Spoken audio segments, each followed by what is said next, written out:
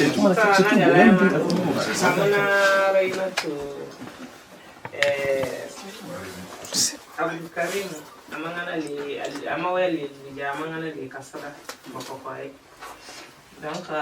pourquoi ne pas par rapport au passeport, mais il est mon passeport qui année 2023 à Morocco, il y a rendez-vous par rendez-vous.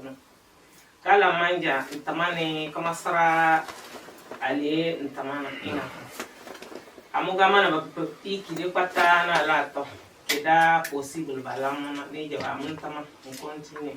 Ne le amalo noron, amaka de séjour à Pichi, amoro kulumika yane, commencera à me renouveler, acheter à ma passeport de la. Une consulat avec les déchets, mon abel, ou va vous donner attestation de passeport. Des dépôts de passeport. Des dépôts de passeport. Non, toi, tu as prophétie. N'a pas de la à ma carte de séjour de Boubon Macham, mais passeport là, comment sera Macham? On est là dans le Canada. Donc, n'a pas de loi, il y a des coach. Ma coach a tué au rapide consulat, non coach au rapide, mon n'a pas été loi, bébé. Machine pepeka, qui est pour donner machine pepeka, qui est pour donner galam, bébé tu veux le, beaucoup de gens font un passeport à un coup, il y a jam, ne veut le chez mon monnaie tu vois 5 janvier, il y a un stretch en matière de séjour. Allez, en fait, je voulais préciser quelque chose par rapport à ce que la dame dit. C'est un problème de machine en réalité, même depuis le Bénin, on a le même il y a kita chunda bana chamato inde consulat mana o inde machine inde bana le na photocopy makedana akawa ide dan kan yipepe ka basra pempen ana ita to mo bocho shi ako urga show gudu ga ko ni tele photocopy na ye copy ça c'est tout ça la personne a doit attendre le petit ya ge da ba pa na ge renouveler tia et ti chare to na tempane ka gi lo kimi ya ge ko renouveler ko problème c'est pas normal. Oui, je voudrais parler de la machine. En fait, au Bénin, il y avait un problème de machine. Et c'est la machine de la diaspora qu'ils ont envoyée à Cotonou. Oui, c'était une seule machine pour tout le... Donc c'était réel? Oui, c'était réel. Ah d'accord. Pour tout le... C'était la seule machine. Je ne sais pas si maintenant ils ont eu le problème de la machine de la diaspora. Ou bien c'est toujours le même jeu qu'ils continuent de faire. À un moment donné, c'était le Sénégal qui imprimait même les passeports du Bénin. Donc c'était un problème de machine. Je ne sais pas combien ça coûte pour que le Bénin ne puisse pas acheter une machine. Honorable, ça a fait que maintenant, même au Bénin, les rendez-vous sont aussi longs. 3 mois peut-être. Si tu fais un passeport aujourd'hui, tu payes en ligne, on te donne rendez-vous 3 mois après. C'est ça. Même au Bénin, c'est le même problème. C'est pas ici. C'est vrai que c'est un peu plus criard, mais c'est la même chose à Cotonou. Honorable, mais chaque fois quand vous avez au consulat, si vous voyez des filles dans la file là, des gens qui attendent pour faire tous les jours du lundi au vendredi, vous allez pour les dépôts là. Non mais c'est énorme ce que les gens récoltent comme fonds. Je ne sais pas trop comment, mais quand même, le traitement par rapport à ce que les gens mettent dedans, franchement, ne répond pas du tout. Ne répond pas du tout. Mais je pense que c'est un exemple concret que nous avons ici. Évidemment, c'est bien compris. Si vous pouvez mettre aussi à la disposition que si tu veux un passeport rapide, voilà les conditions.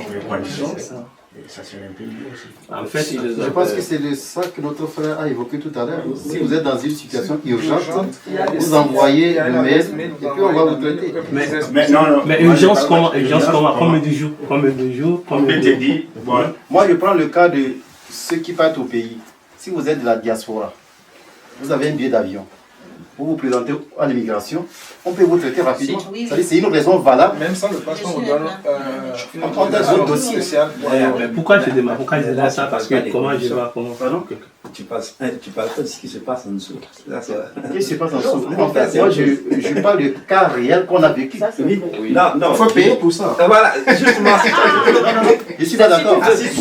Payer quoi? C'est si tu veux. Payer les frais C'est si tu veux. qu'on demande. J'ai payé. Oui. Je suis parti. Non, c'est pas comme ça, c'est une parenthèse. Quand tu vas avec tu as un passeport, tu viens de l'extérieur, le traitement est différent de quelqu'un qui est là-bas. C'est ce que je dis.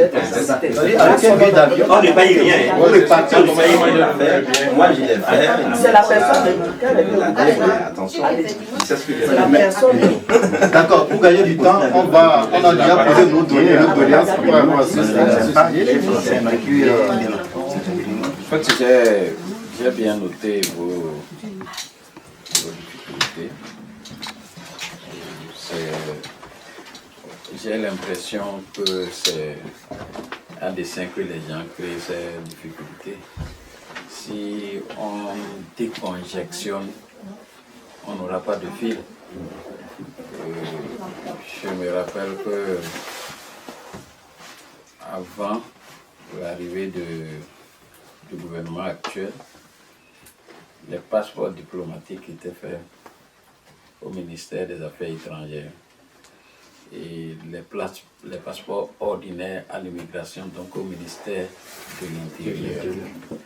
Il y avait un privé qui avait le marché de la confection des passeports, qui avait son matériel.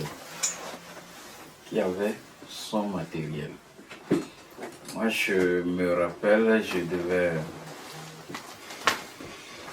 devais aller, je crois, à la Mecque, et j'ai opté pour utiliser le passeport ordinaire.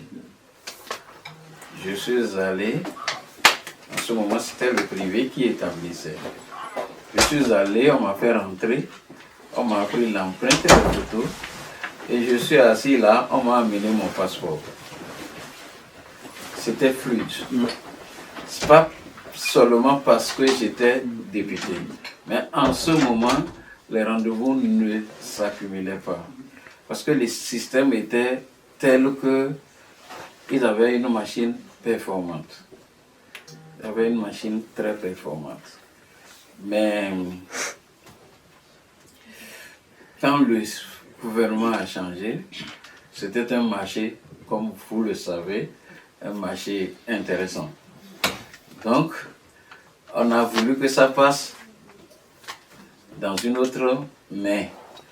Et le privé qui a investi, qui a mis sa machine, a enlevé son matériel.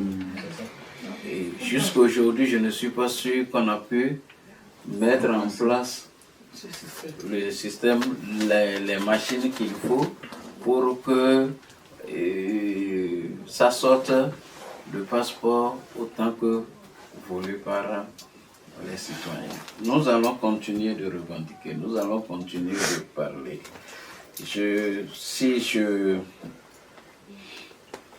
Jusqu'à mon départ, si la dame n'a pas son passeport, il suffit qu'elle m'envoie l'image du passeport. Oui, pour l'attestation, en tout cas le document qui permet de... Elle a eu un jeune étudiant là. Oui, ceux qui sont dans le cas peuvent... Oui. Moi, je vais toucher directement le ministre. Pour les cas de difficulté actuels, je touche le ministre et nous allons en discuter pour que ces cas-là soient décantés. Mais pour le reste, nous allons continuer de travailler avec le gouvernement. Nous allons les interpeller au niveau de l'Assemblée nationale pour voir dans quelle mesure. Et quelqu'un l'a si bien dit, même dans le pays, il y a problème. Il y a problème. Mais lorsque vous êtes responsable, autorité, nous, on ne sent pas le problème. Mais le citoyen sent le problème. Il vit le problème. Il vit le problème. Non? Lorsque quelqu'un a, comment dirais-je, une urgence, qu'on lui dit de venir dans 3 mois, il le rate. Il rate l'urgence. Et aujourd'hui, Par rapport à l'ANIP, et on a la carte d'identité biométrique aujourd'hui qui est établie. Mais ça ne passe pas autant de temps. En principe, c'est des mesures sécuritaires pour qu'on n'ait plus à aller fouiller, à aller demander est-ce que c'est un Togolais qui est venu. Si on a réussi l'ANIP, c'est que lorsque vous avez la carte d'identité biométrique ou lorsque vous avez fait votre carte de RAVIP, ainsi de suite, ça suffit pour dire que tu es béninois et que au niveau du passeport, on ne soit plus à créer des problèmes, on veut faire enquête autour. Est-ce que c'est un béninois qui veut prendre le passeport béninois, ainsi de suite. Donc ça devait être fluide. Si vraiment on a réussi le RAVIP. Mais ce n'est pas le cas. Malgré que vous avez l'acte de naissance sécurisé, malgré que vous avez les documents de RAVIP, vous déposez encore, on fouille, on est en train de chercher, on est en train de faire ceci.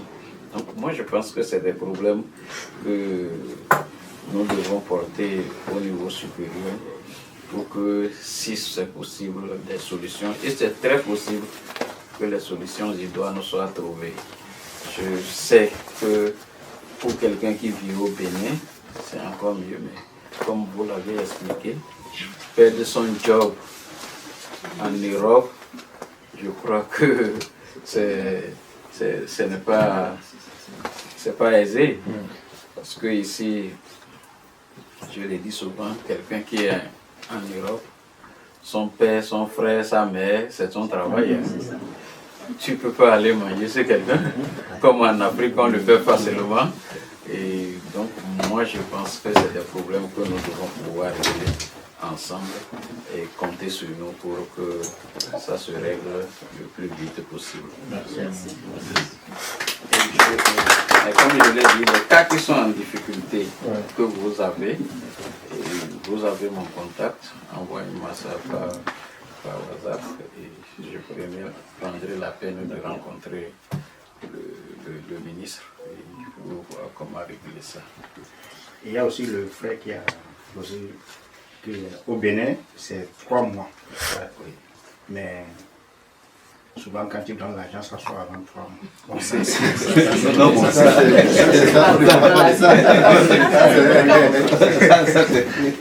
les choses. C'est vrai. Il y a moyen pour le faire, mais c'est vrai.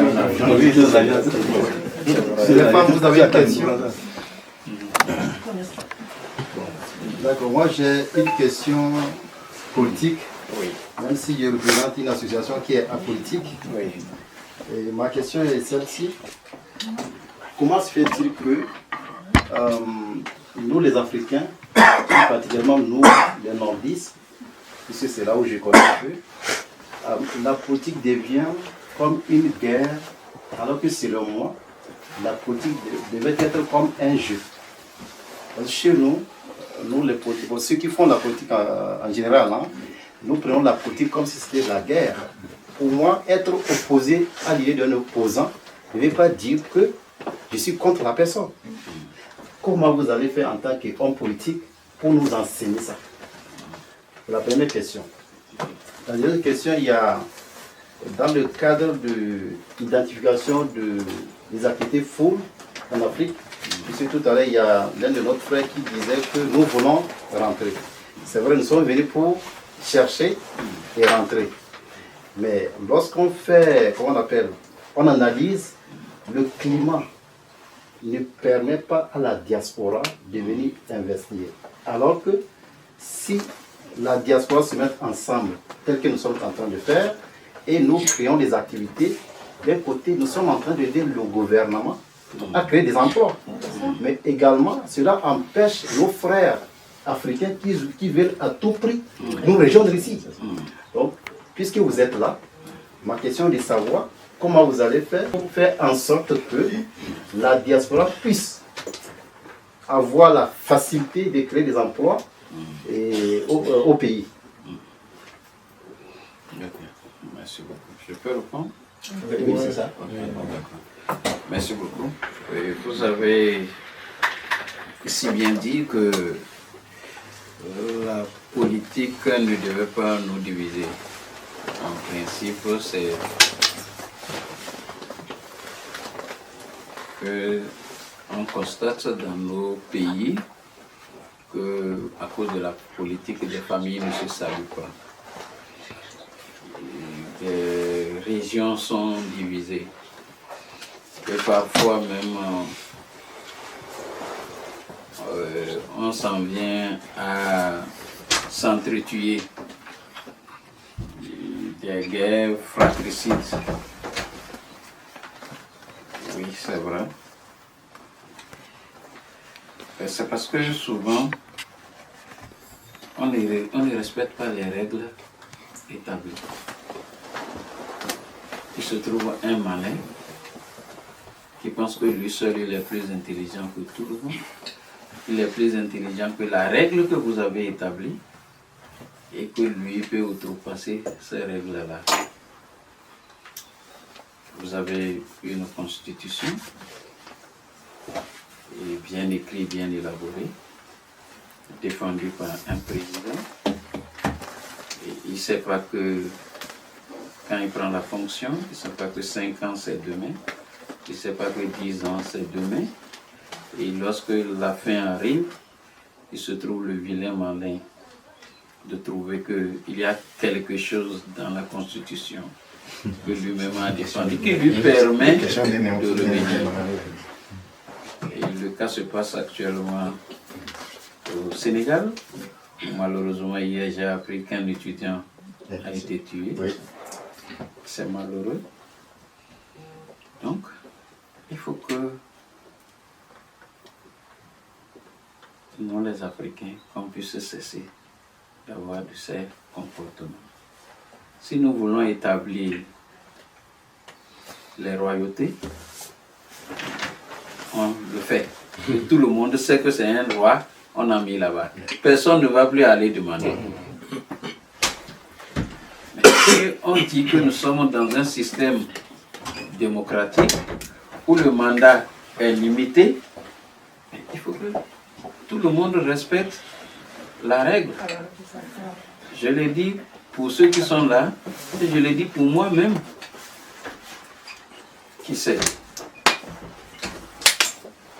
J'ai dit à mes camarades, j'ai l'habitude de le dire à l'Assemblée nationale, lorsque vous êtes majoritaire, parce que la démocratie, c'est la loi du nombre. Lorsque vous êtes majoritaire, ce que vous voulez prendre une loi, on ne prend pas la loi contre ceux qui sont minoritaires. C'est pourquoi en français on dit que la loi est universelle. La loi est universelle. La loi ne s'adresse pas à une personne. La loi n'a pas de visage, la loi n'a pas de figure. La loi s'adresse à tout le monde. Elle est égale vis-à-vis de tout le monde. Donc, lorsque vous êtes majoritaire aujourd'hui et que vous prenez une loi, et que la loi s'adresse à ceux qui sont minoritaires, demain, c'est vous qui allez vivre ce que la loi que vous avez prise. Et je caricature en disant, lorsque vous voulez faire 2 lits, en étant majoritaire, faites les 2 lits en or. Un lit en or pour l'opposition, un lit en or pour la mouvance. Lorsque vous faites un lit en bambou pour l'opposition, et que vous faites un lit en or pour la mouvance, demain c'est vous qui êtes de la mouvance là qui allez dormir dans le lit en bambou. C'est clair, c'est la règle de la démocratie. Dans tout pays, c'est la règle de la démocratie. Donc personne ne peut, aucun système ne peut être éternellement de la majorité. Un jour, ça va changer, quelle que soit la durée. Donc, lorsqu'on respecte ça, on respecte ces principes-là, il ne devait pas avoir de problème. Ça, c'est au sommet. Au niveau de la base, je pense qu'il nous faut la culture politique. Et c'est la faute des partis politiques. c'est la faute des partis politiques. Nous avons des partis politiques qui ne s'assument pas, qu'ils soient de l'opposition ou de la mouvance. Tout parti politique doit avoir une école de parti politique qui éduque les militants à la base, à ce que nous appelons politique. Et nous devons nous efforcer dans les années à venir à aller à ça. Nous avons fait au niveau de mon parti une réunion il y a quelques jours et nous avons mis un comité pour réfléchir sur le profil de celui qui devait être le directeur de notre école de parti. Parce que nous avons en vue beaucoup d'organismes qui veulent financer l'école du parti pour la formation des militants. Donc nous devons aller à ça. Et si nous avons ça et que nous formons nos militants à la non-violence, nous formons nos militants à ce que c'est que la démocratie, à ce que c'est que la politique, je crois que ce que nous remarquons dans nos microns et régions ne vont pas se produire. Je conclue en disant que c'est la faute des hommes politiques. C'est parfois les hommes politiques qui entretiennent ça. Moi je suis souvent à l'aise lorsque je suis ensemble avec un adversaire politique. Et avec M. Afo, Soui, on s'est beaucoup opposés, comme vous le savez, vous tous. Mais rien ne m'empêche d'aller chez lui à la maison, d'aller chez lui à Basila.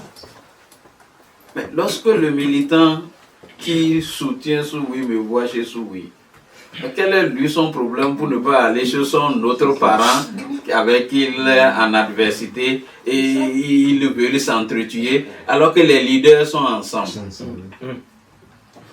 Je crois que c'est cette culture que nous devons avoir. Et dire à nos militants qui nous soutiennent qu'il n'y a pas d'animosité en politique à ne pas se saluer. Parce que ceux pour qui vous le faites, demain ils vont aller manger ensemble, toi tu n'es pas là. Donc il faut vraiment, ça j'appelle une éducation politique. Et comme je l'ai dit, faire en sorte que les militants voient qu'au sommet, les leaders ne s'affrontent pas, ne se cognent pas. Et qu'au-delà de tout, ils peuvent se retrouver. Donc voilà ce que je peux... Par rapport au climat des affaires, j'avoue que au pays actuellement c'est difficile. Très très difficile. Et moi je suis entrepreneur et depuis 2016 à l'arrivée des talents, j'ai fermé toutes mes sociétés et aucune n'est fonctionnelle jusqu'à ce jour. Je me suis transporté dans d'autres pays de la sous-région où j'ai installé mes unités de production, mes structures. Ça, parce que je suis opposant. Ça d'abord, parce que je suis opposant. Et deuxièmement, aujourd'hui, il est facile au gouvernement en tant qu'opposant de vous traquer, de vous créer des impôts imaginaires, de créer des impôts imaginaires, des affaires que vous n'avez jamais faites comme les trucs, même des sociétés qui ne vous appartiennent pas comme vous les collez. Et qu'on vous crée des impôts imaginaires. Donc, il vaut mieux se retirer carrément. Maintenant, les autres qui ne sont connus ni d'Adam ni de Ève, il y a quelque chose qui est positif aujourd'hui, c'est que vous voulez créer une société au Bénin aujourd'hui. Dans 24 heures, 48 heures, vous créez la société. Ça existait, mais aujourd'hui c'est mieux. Vous restez dans votre chambre, vous fournissez, vous allez sur le site et on vous répond, vous avez tous les papiers à partir de votre maison. Si vous savez utiliser l'outil informatique, à partir de votre maison, vous avez toutes les... Et vous êtes enregistré, vous avez tous les documents dont vous voulez. Mais une fois que vous avez ça, sachez que les formalités commencent, les impôts aussi commencent. Vous êtes traqué. Et vous devez... Aujourd'hui, tout est informatisé. Tout est informatisé. Donc, deuxièmement, les impôts sont vraiment honorés dans notre pays. Et nous avons crié à ça, mais malheureusement, rien n'y fut jusqu'à tout à l'heure. C'est vrai, nous sommes un pays à économie fiscale. On n'a pas de pétrole, on ne fait rien, on ne produit rien, mais les impôts, on en paie cher. On en paie cher. Si vous constatez avec moi, depuis 2016, on est seulement sur le marché de l'emprunt. On récolte seulement l'argent. Et tout récemment, on était aux États-Unis. Aux États-Unis, c'est ça. 750 millions de dollars. À peu près 8% de taux. Pour un pays pauvre, c'est grave. Pour un pays pauvre, c'est grave. Avec une maturité de 13 ans ou 14 ans. Donc, au finish, si vous faites bien le calcul, en 13 ans, on a emprunté 750 millions, on va payer 750 millions.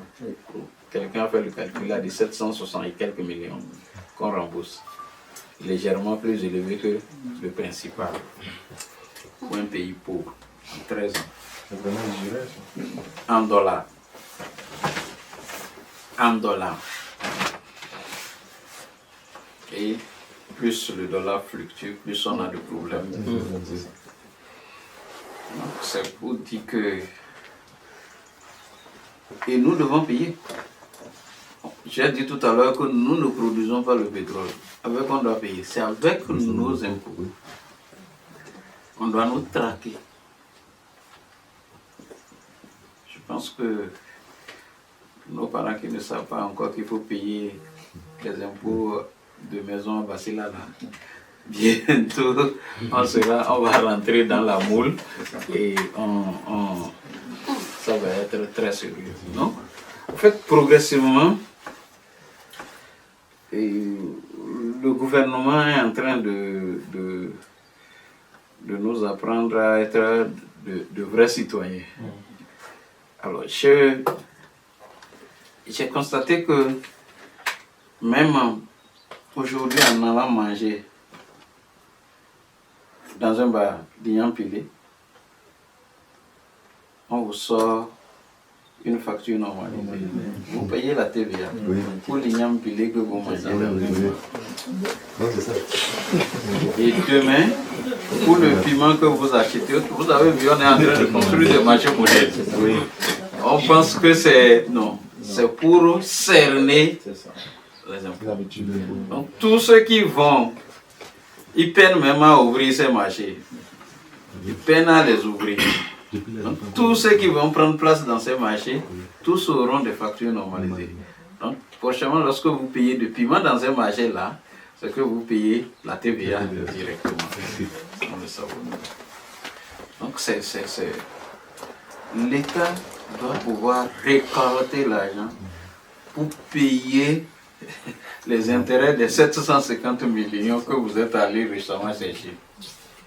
Et toute la difficulté, et nous allons continuer de le dire et de le demander.